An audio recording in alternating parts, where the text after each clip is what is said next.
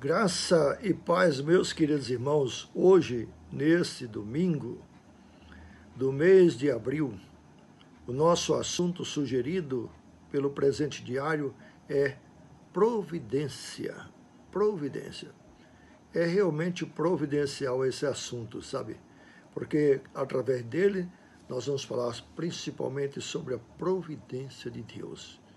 A providência de Deus é uma das mais realçadas e extraordinárias doutrinas para a gente aprender a confiar na pessoa de Deus, no seu ser, na sua misericórdia, na sua fidelidade para cumprir os seus propósitos, segundo o seu soberano decreto e desejo.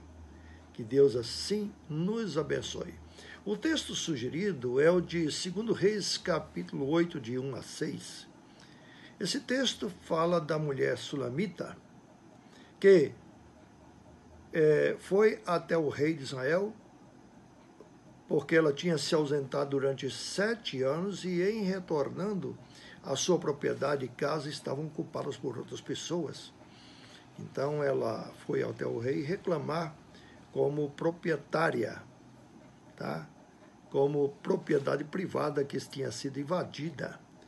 Agora, tem uma coincidência nesse texto, que na verdade não é coincidência, é providência. Nos planos de Deus, que a gente deve entender assim, não há coincidência, há providência. Mesmo que a coisa não seja boa, é providência. Porque as coisas cooperam para o bem daqueles que amam a Deus, de todos aqueles que são chamados segundo o propósito de Deus. Essa sulamita é aquela mulher da qual, há 7 dias atrás, domingo passado, estivemos falando sobre o tema o milagre.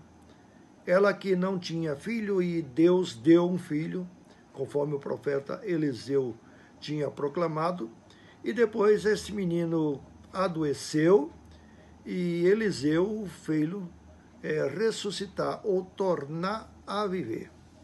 Mas acontece que quando isto aconteceu, Eliseu disse, pega agora seu filho, pega agora aí a sua família e vá e saia para outro lugar, porque vai haver fome aqui em Samaria. Ela estava em Israel e a capital era Samaria. Então vai haver uma fome.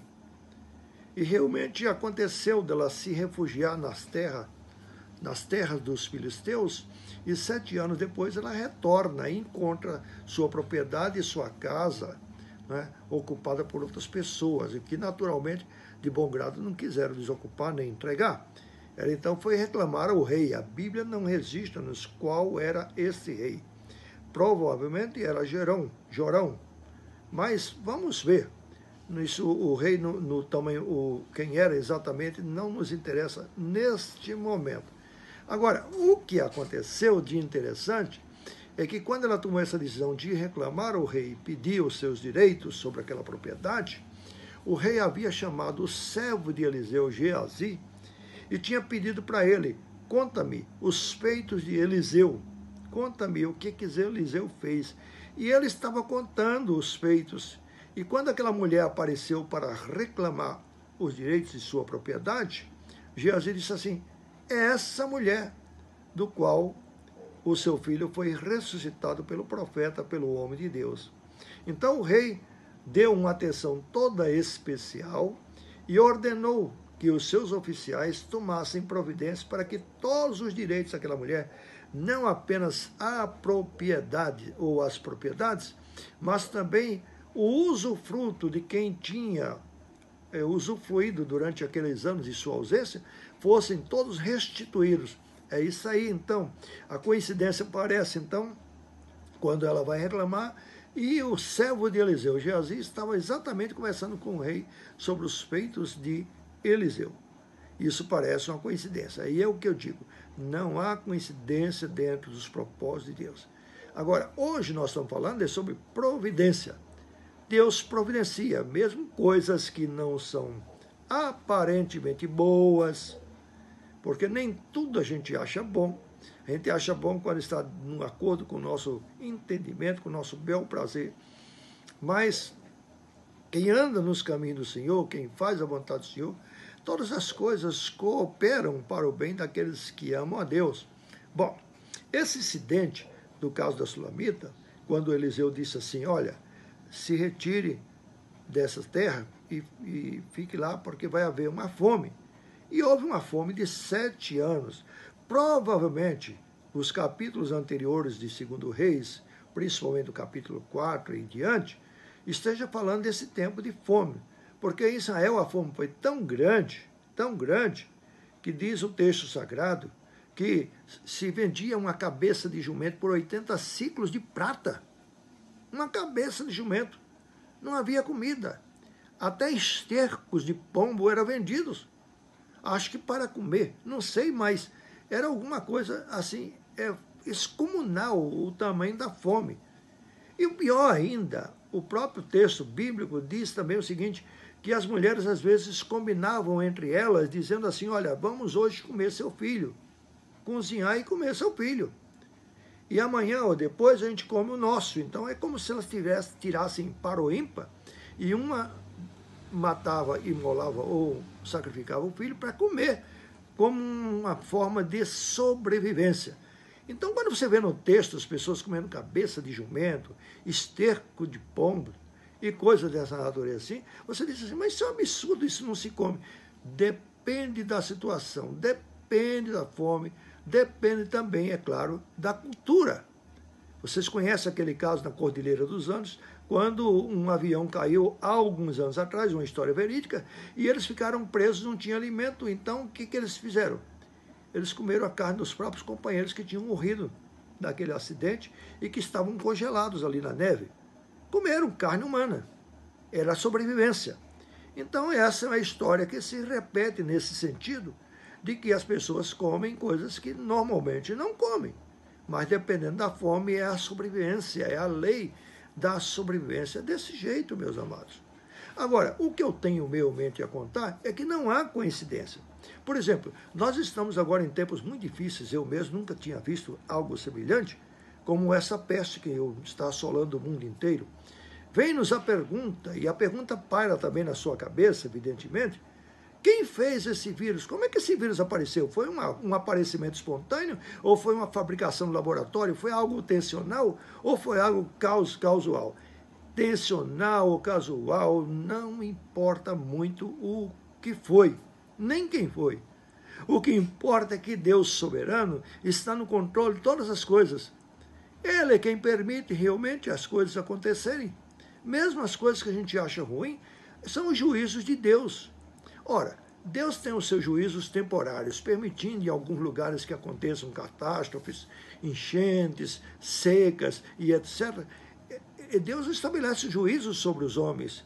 Ele é o Rei dos reis, Senhor dos senhores. Ele tem o governo sobre todas as pessoas e algumas vezes ele estabelece esses juízos exatamente para fazer as pessoas refletirem e voltarem-se para eles. Mas muita gente realmente, no meio de uma privação, no meio de uma grande tribulação, no meio de uma fome, no meio de uma situação dessa, muitas vezes não reconhecem a Deus, não clamam a Deus, não vão a Deus e blasfemam contra Deus. Isso acontece.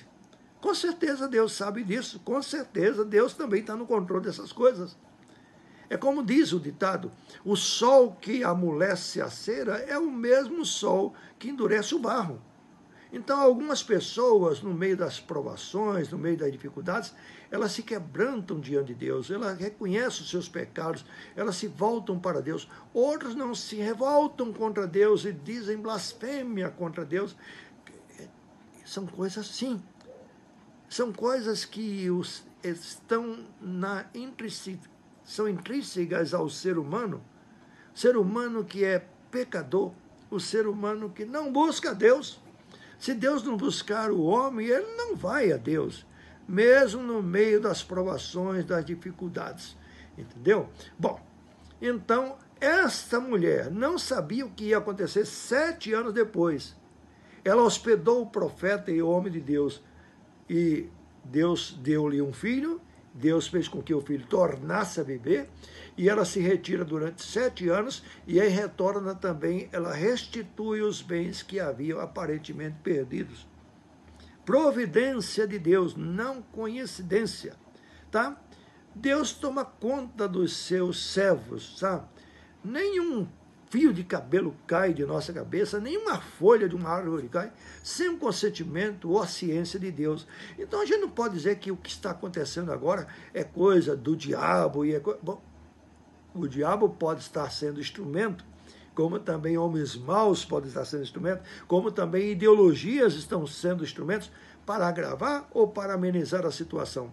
Infelizmente, no Brasil, a gente percebe que muitas pessoas estão fazendo bom uso do número de mortes. Estão, inclusive, proibindo providências profiláticas, protocolos anteriores para não pegar a doença, proíbe, condena, etc. Tal. Outros recomendam. É uma coisa absurda. As posições são diferentes. Quem mandou esse vírus, de onde veio, etc. Tal. A gente sabe onde apareceu primeiramente no mundo, lá na China, mas não se tem certeza que nasceu lá na China, nem muito menos que foi algo isso, que foi algo espontâneo ou se foi algo fabricado. Não sabemos também por quanto tempo essa peste vai estar aí. Creio que o governo, como todos nós também individualmente, pensavam, não, isso vai ficar. Foi no ano de 19, por isso chama-se Covid-19, foi para o ano 20, Covid-20, não é? Não sabemos se vai chegar ao Covid-21, se aquela seca lá em Israel durou 7 anos, não sabemos também como 7 anos de seca também teve no Egito, e assim por diante. Deus é que está no controle. Uma coisa também interessante que eu quero focalizar hoje, nessa questão de providência. Eu tenho alguns colegas pastores, tenho alguns amigos meus presbíteros e líderes da igreja que já faleceram. Ah, mas isso é uma coisa terrível. Sim, depende da perspectiva. Terrível para nós, terrível para a família, terrível para a igreja, terrível para nós nessa contemporaneidade, no nosso momento de participar também das dores e dos sofrimentos dos outros. A gente também põe a nossa barba de molho e a gente também fica com cuidado e deve realmente ter o cuidado. Mas olha o seguinte, quando um cristão morre, diz a Bíblia, ele vai estar com o Senhor. A morte não é um castigo, a morte é uma promoção. É uma promoção. Mas a gente não enxerga muitas vezes dessa forma. O fato é que, sendo promoção, a morte do cristão é preciosa, como diz o Salmo. Preciosa aos olhos do Senhor é a morte dos seus santos, a morte dos salvos. É preciosa aos olhos do Senhor. Pode não ser aos nossos olhos. Assim como muitas providências de Deus podem não nos parecer agradáveis, mas Deus está realmente no controle. Algumas pessoas, ao invés de estarem arrependendo-se dos seus pecados no meio de uma peste como essa e cuidando principalmente para que a sua vida com Deus esteja em paz e que se tiver de pegar e se tiver de acontecer, ele passe por esse problema com tranquilidade, com certeza, com fé, com confiança no futuro e que Deus proverá também as necessidades da sua família. Seria esse o motivo principal, mas outros não estão extremamente medrosos, estão se confinando e muitos confinados estão contraindo também a peste que vem de um jeito ou de outro. A gente não sabe realmente de nada. O que convém saber é que Deus é Deus, Senhor dos senhores, e que Ele tem o controle de todas as coisas, de todas as coisas. Por isso que a Bíblia diz assim, entrega a tua vida ao Senhor, confia nele e o mais Ele fará. O nosso Deus é o Deus da providência.